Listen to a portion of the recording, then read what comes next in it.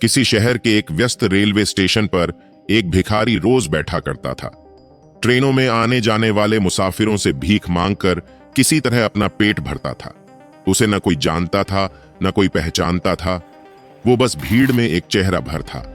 एक दिन जब वह हमेशा की तरह यात्रियों से भीख मांग रहा था, तभी उसकी नजर एक सूट बूट में खड़े एक लंबे, सजग और प्रभावशाली व्यक्ति पर पड़ी। भिखारी ने सोचा, ये आदमी बहुत अमीर लगता है, इससे जरूर अच्छी भीख मिलेगी।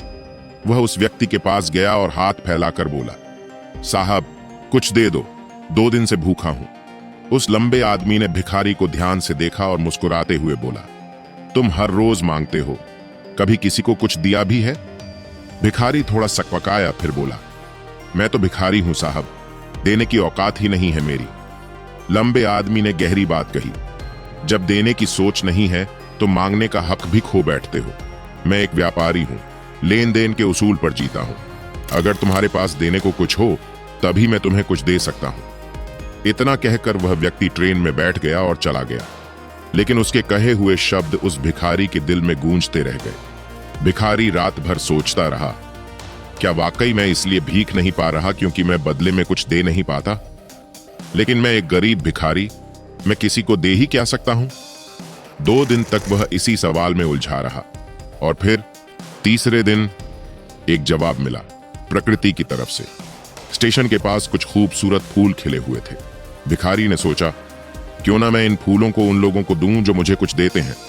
उसे यह विचार बहुत अच्छा लगा।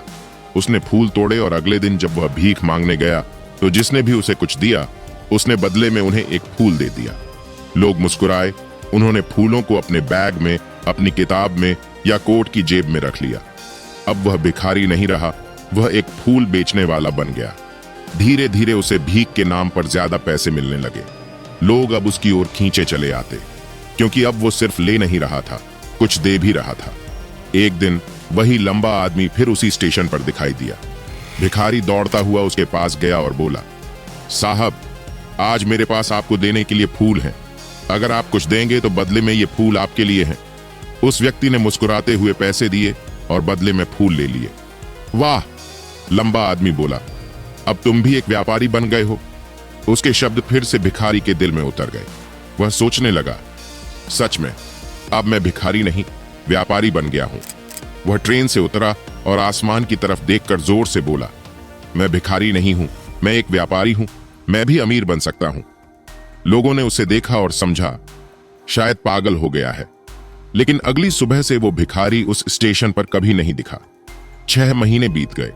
उसी स्टेशन पर 2 सूट बूट पहने व्यक्ति मिले। उनमें से एक ने दूसरे से हाथ मिलाते हुए कहा, क्या आपने मुझे पहचाना?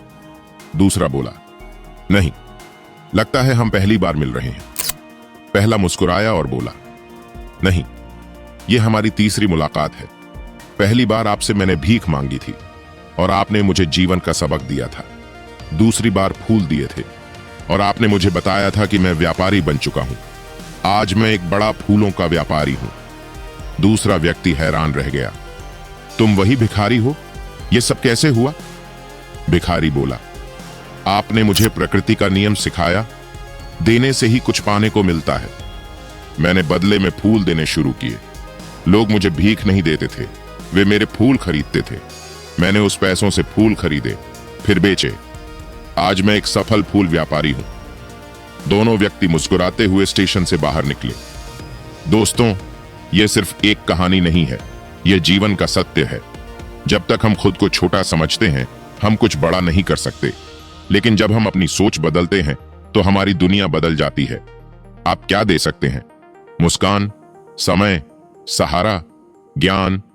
हर किसी के पास कुछ ना कुछ देने को जरूर होता है। कभी खुद को छोटा मत समझिए, क्योंकि सफलता आपके पास नहीं, आपकी सोच में होती है। अगर आपको यह कहानी पसंद आई हो तो वीडियो को लाइक, शेयर और सब्सक्राइब जरूर करें और कमेंट में लिखिए, मैं भिखारी नहीं, मैं व्यापारी हूं।